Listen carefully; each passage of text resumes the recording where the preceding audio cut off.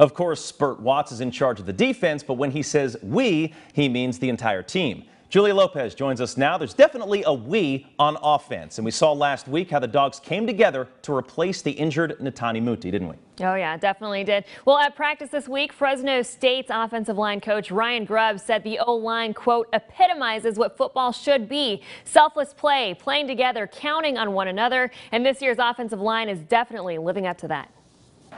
When the Bulldogs walked out of the TCF Bank Stadium in Minneapolis on September 8th, they left with more than a loss to Minnesota. They lost 6'3", 310-pound sophomore phenom offensive lineman Netane Muti to a season-ending injury, a ruptured Achilles. And when it comes to trying to replace him, yeah, good luck with that.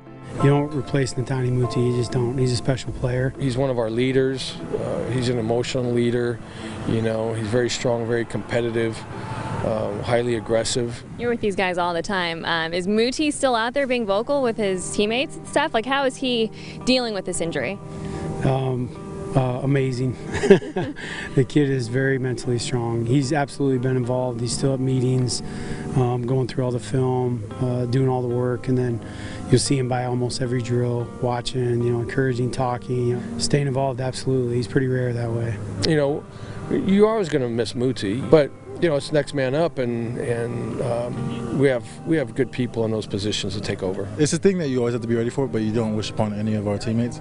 But you just got to be ready for it. The positive is that they moved senior left guard Christian Cronk over to left tackle, a position where he started all 14 games last season. It wasn't like Christian just played. He was an all-conference player for us at left tackle, and a really, really good one. So we're in a good spot.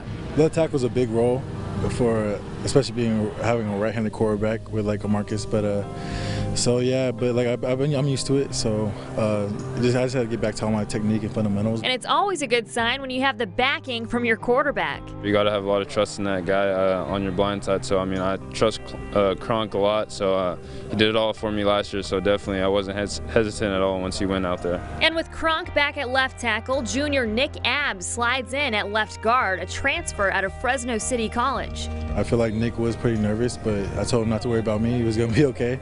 You know, he has me and Micah. He's between me and Micah have a lot of experience at this program. So, but when he got in, I feel like he did very well and transitioned very well, and I'm proud of him.